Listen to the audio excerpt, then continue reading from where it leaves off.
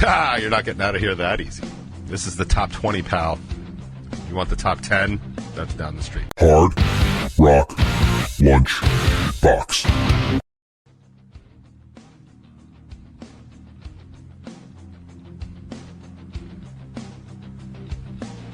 Yeah, man, what is going on? It's time for another Hard Rock Lunchbox here on Thursday.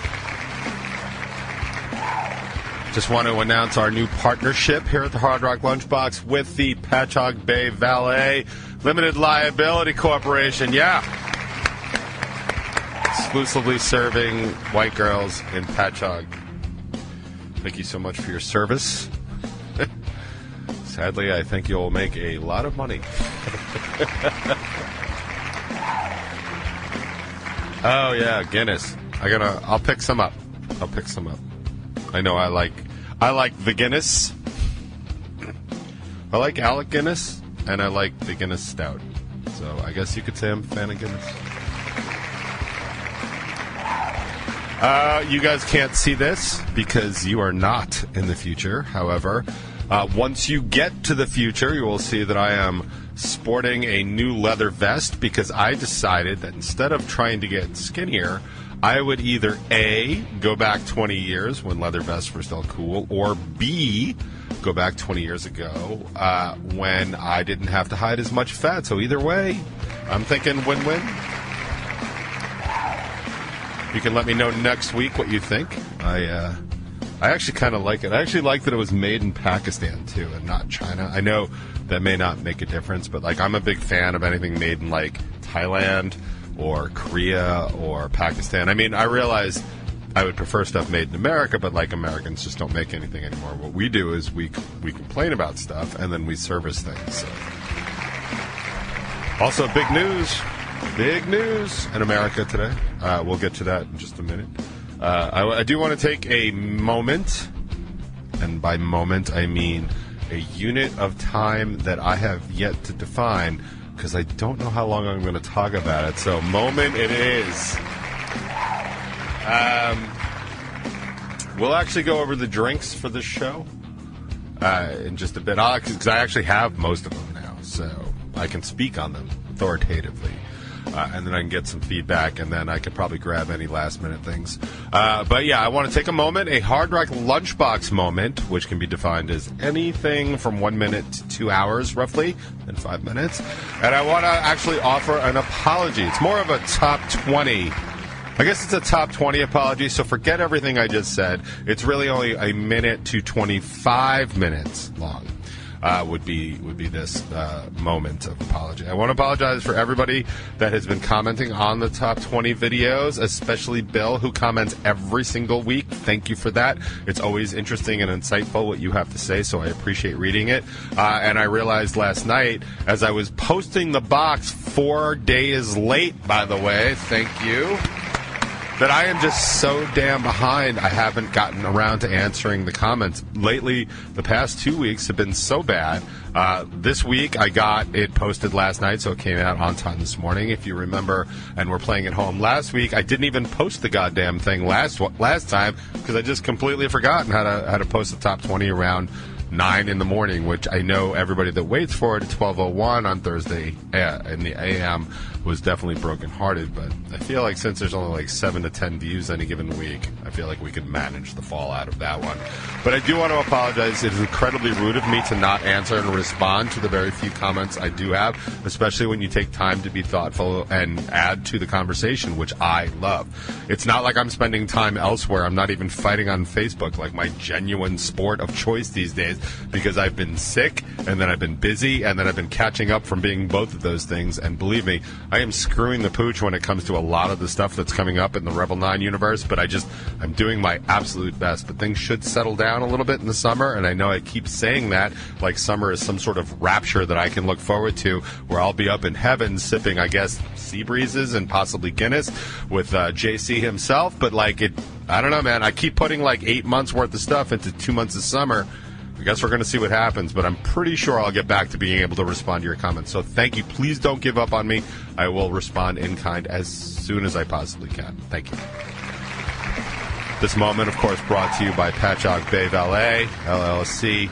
You drink and we drink. Wait, you drink and your car drinks. Everyone drinks. The Patchogue bag, babe. I'll work on it. We drink so you don't have to. No, that's Revel 9. You know, I'm digging this leather vest. I gotta say, it's been probably 20 years since I bought a leather vest, and I'm not gonna say that I look good in it because I don't. But like, I could go buy a motorcycle. I can even button this. I got instead of getting an extra large, I got a 10XL, so I can button. I'm kidding. I'm not a 10XL. Not yet. Certainly not with that attitude. But I'm so tired. I wonder if one day I just like fall asleep right here. If anybody even know, be like, "Yeah, everyone, here we are at the top 20." It's like probably the best show, actually. Honestly, if you want to know it all. So what do we got in terms of housekeeping? Yeah, the new top 20 is out. It's the one where I actually had trouble titling this particular episode. If you want to know the choices I had and what I finally went with, feel free to check that out on Strangerhood TV. But we do talk about the Patchogue Bay incident and being a teenage girl. So we also talk about the major hurricane victories and Manmosas, and what a real New York accent is, and me hyper-focusing on my voice. And, of course, the bottomless well of stupidity, which is always a good topic here on the box.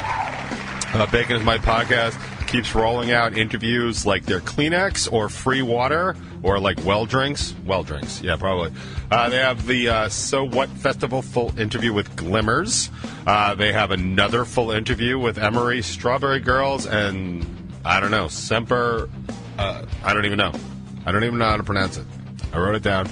Don't know how to pronounce it. Semper Acerbus? Acerbus? Looks like Acerbus. Acerbus? I don't care. If you want to know, go to Strangerhood TV and check it out, and I'm sure they'll get into it, because hopefully, I know Jimmy is usually okay.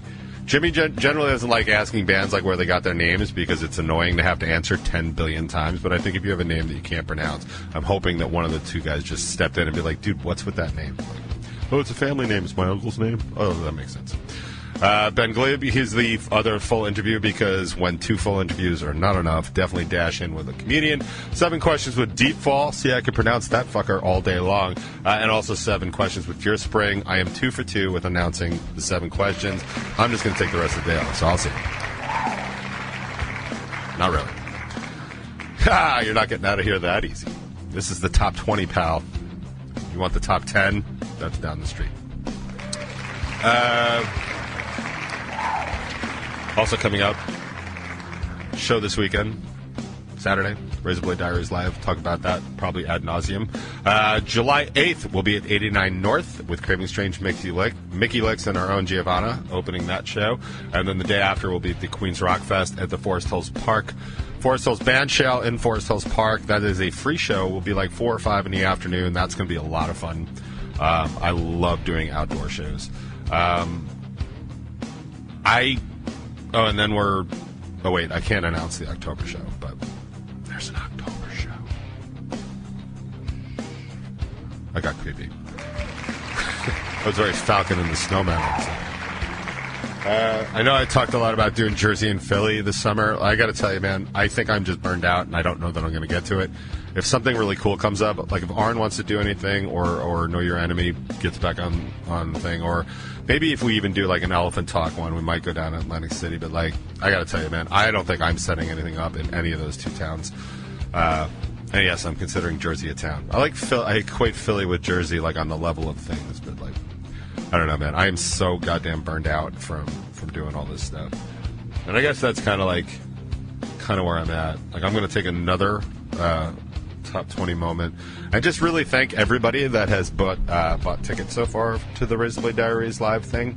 Apparently, according to my band, I'm going to be having a bunch of people that are coming to the door and just buying tickets because these are just people that just don't online buy stuff. I mean, I don't know what they do when, bands come to town, like at Jones Beach and stuff, because there's usually not, like, a lot of door. I mean, like, people still go to the Paramount and buy tickets at the... I mean, I guess you can. I mean, I know you couldn't during COVID, but, like, I guess you can now. Apparently we're having a bunch of people that are coming, so that's cool. We're still trying to keep the number under 50. including the band, and that's for size and cost reasons and stuff like that. But I will tell you, before I get to all the thank yous, so I'm not really taking the moment now. I'm sort of advanced momenting, and that's cool. I did go to the store, and I do have the supplies. So we ordered 4 Costco platters. 2 are like the wraps, whatever wraps those things are. I tend to have them anywhere I go ever on New Year's Eve. So if you know what those are, we're having 2 trays of those, and we're also having 2 trays of like croissant sandwiches, like deli kind of sandwiches. So we've got food, like you'll be able to eat. Also because most of our listening audience tends to be on the children's kind of side mentally and food-wise. No offense to anybody, by the way, because I love this stuff too. We got 2 of the big snack boxes of mixed, like the Lay's chips and like Cheetos and stuff like that. So you guys are going to have to fight to the death over that kind of stuff. We also got a full box of the snack packs of goldfish, because everybody likes goldfish. It's the fish with the smile. And so we really got you covered for food. I mean, you guys are going to be in the building for like at most 3 hours and 15 minutes. Like, if this isn't enough food, like I don't know how to feed. Like, I don't know how to feed an army. So I guess we'll just kind of find out. But like, we got you covered for food. For drinks, we got 6 cases of water. Cases, yeah. So that's like a lot of water. We've gotten 4 cases. 4 36 packs of Bud Light. That's mainly because that's what my band tends to drink. And by my band, I mean my drummer. So we've got a lot of Bud Light. We got 4 cases of White Claw variety pack. I was going to go with the Costco and Seagram's brand, which is cheaper, but I know everybody likes White Castle. Oh, White Castle. I know everybody likes White Claw, and as Kaz pointed out, it's like you don't really want to cheap out on people like that when they're paying like a $45 ticket. And he's right, like just a couple extra bucks, and it really is just money. And we are trying to give you like as much for your money as we possibly can, without like kind of going bankrupt doing this, because we don't really have the resources to drop like $5,000 on a night and just kind of hope for the best. And we'll just sort of see what happens from there. Why is my phone ringing? Weird. Yeah, see, I just looked at it and stopped ringing. No, it did not stop ringing, but it's very annoying, so I hope it stops soon. That's cool. Anyway, might be. I don't know how to turn that on. I should have turned it off, but I didn't. Anyway, now it's being really annoying. Sorry. So we have that.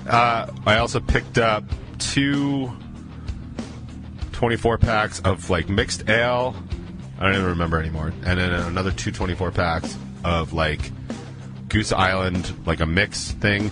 And I like that kind of stuff because when we'll put it in like the coolers and stuff, like you're kind of like hunting for it. Like, oh, I like this one, I'm going to get this one or try this new one. So that was more for the fun of it as opposed to anything else.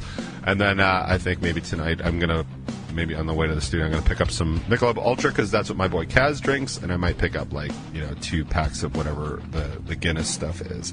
And we've got like a 36 pack of Coke and another 36 pack of Diet Coke, and I think we're covered, man. I don't know. I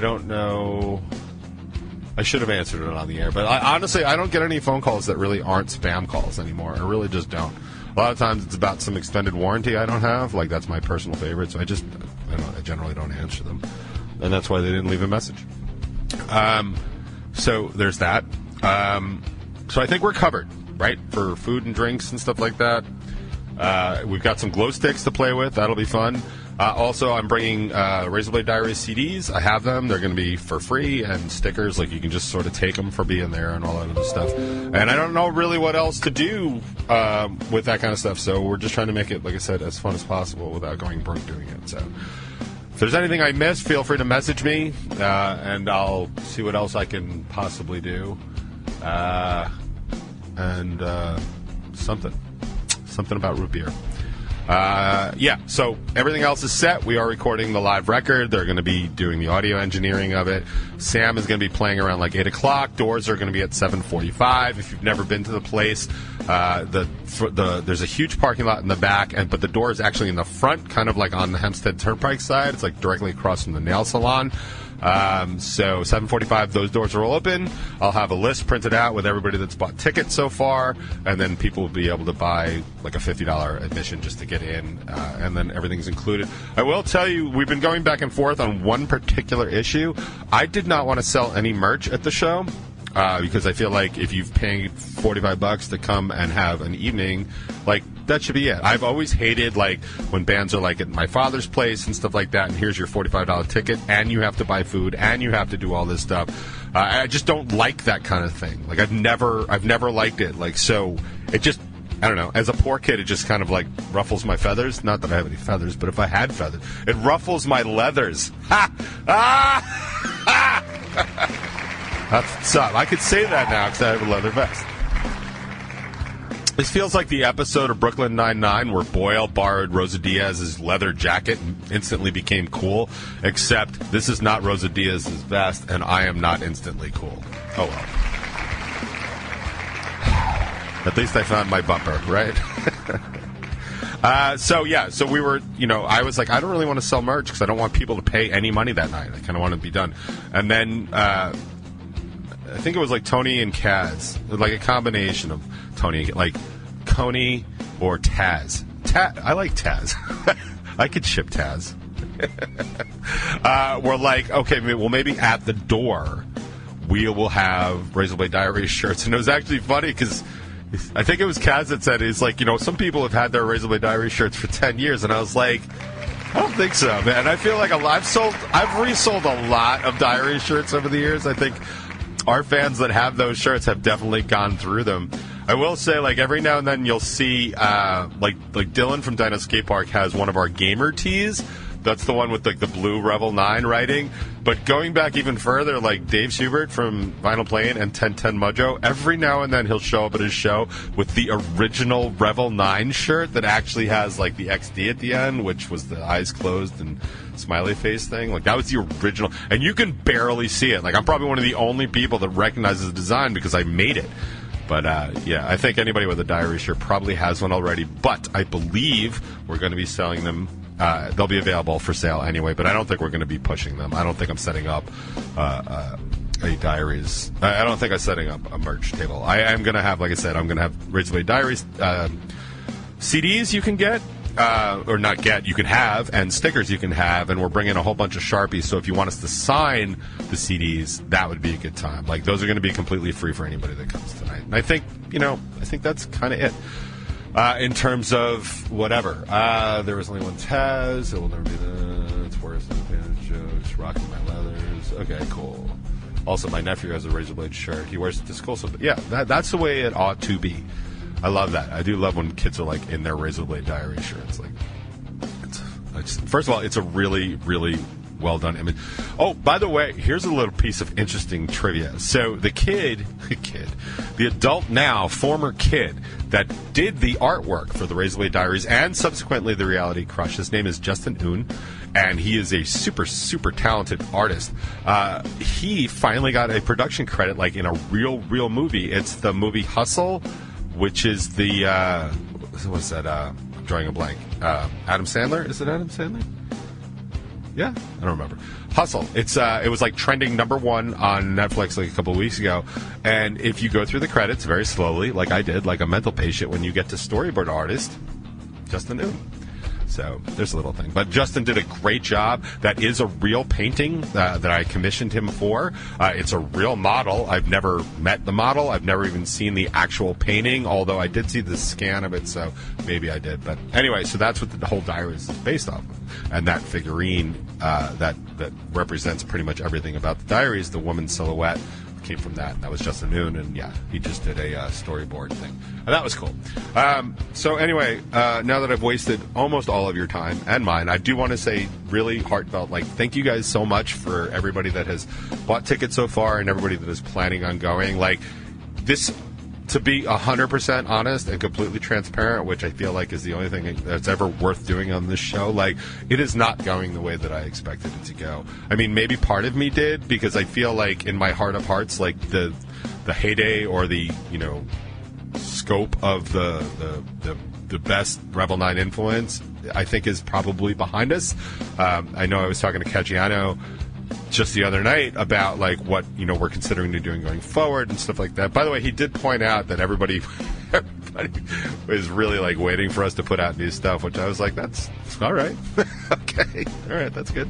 But I was saying to him, like, I don't know what the future kind of looks like. I can't make live shows come back the way they used to. I can't make our venues come back the way they were before COVID, and I'm really very burned out, and I'm having a lot of trouble dealing and working with other bands. Oh, by the way, another apology I want to throw out to Joey Nunn, formerly of I Ignite, formerly of Face the King, currently of Neon Skyline. Apparently, I was so tired the other month, whatever, when I was calling out bands that were actively screwing me over, I mentioned him by name, which is not something I generally do.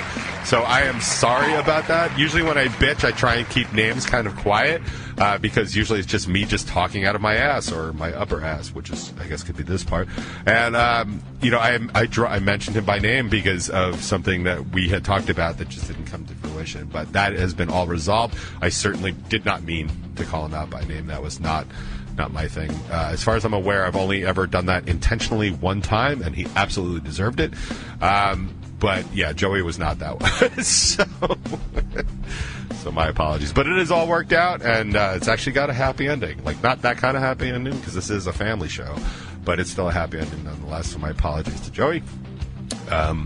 Joey, who was actually on the ticket list for the Razorblade Diaries, so if you want to see Joey on Saturday night, consider an extra bonus. I don't know. I would. I like seeing Joey. Joey's always fun to hang out with, so maybe we'll just add that as an attraction, featuring Revel 9 with special guest Sam Pollitt, and then featuring Joey DeMago. Like, what's the worst that could happen there? He likes his Diet Coke, so I got him some Diet Coke. Literally, the Diet Coke I got is for Joey. But yeah, so I want to thank everybody. Like I said, this is not exactly turning out as I planned. It's becoming way more difficult and way of a bigger project. I also thought tickets would sell out already because what I really needed was 45 loud people to make it worthwhile for a live thing, and tickets have not sold out yet. And that's surprising. It's disappointing. I know a lot of people are away. I did try and thread this needle very, very carefully with my band, and when band members would be away and had other obligations, I was very sensitive to graduation parties, both high school and college, so I had to be careful of that. I also didn't want to go past July 4th because that's when people start going away, but yet I seem to just totally stepped in a place where a lot of very heavy-hitting Revel 9 fans, I mean, certainly most of our heavy hitters are going to be there, and that's fine, but a lot of heavy-hitting Revel 9 fans just simply can't make it because they're going to be out of town or otherwise have other obligations. And that, it explains a lot, but that was still disappointing nonetheless. I'm not disappointed in them. I'm disappointed because I would like them to be a part of something like this. Like, I went into this thinking that this was going to be a really, really cool kind of thing. I mean, everyone that's going to be there is going to basically bear witness to us doing something for the very first time that nobody in my band has any idea what we're doing, and we're working with a place we've only worked with once before, and we don't even have a lot of our comfort zone. To put it into kind of some sort of perspective, the original plan for this was basically to do a show at Revolution with, like, Craving Strange and Jackknife and whatever project Mikey was in at the time, and just do a full night and get like 200 to 300 people there, get some outboard gear to help us record, something like having Breezy on the board or somebody that we've worked with forever, and Pauline, of course, owning the venue, who will do basically anything and everything that we ever asked her to do. That level of comfort is completely out the window, but that was the original plan, and then now we're here, and I think it's a good idea, and I think it's going to work, but it's going to be a lot of fun for anybody that's ever been interested in the Revel 9 kind of backstage experience, because we're going to be figuring it out right in front of you. We could be playing a song, it could get completely fucked up, and since we're recording the live record and live video for, definitely at least another mistake and possibly a documentary, we might stop. I mean, I don't know that. I don't know that we will, but we might. And then who knows what that's going to look like, and who knows what we're going to have you guys do. Like, I don't really know. The sound guy could be like, you guys got to yell right here, and the video people could be like, you guys got to stand here and look like, woo. I have no idea. And I thought that would be a lot of fun to be a part of. I know a lot of people have been a part of, like, recording videos and music and stuff like that. And that's a level for sure, but this is definitely a level up because it's all getting done at the same time. Nobody knows what they're doing. And it's just basically going to be us and you and pretty much everything you can eat and drink. So, in my head, it sounds like a winner. And that's why no one wants to live up here. But I have talked enough. So thank you so much for everybody that has supported me and my nonsense, my band and their nonsense, and the Diaries in general, and the Diaries Live specifically. Like, I really cannot tell you enough times or in enough minutes or Hard Rock Lunchbox moments how much that means to me, because it does. So thank you. And now, let's get on to the music now. There's only 2 minutes of the show left. I'm kidding. It's brand new Rise Against, but I got to tell you, man, those guys get me every time.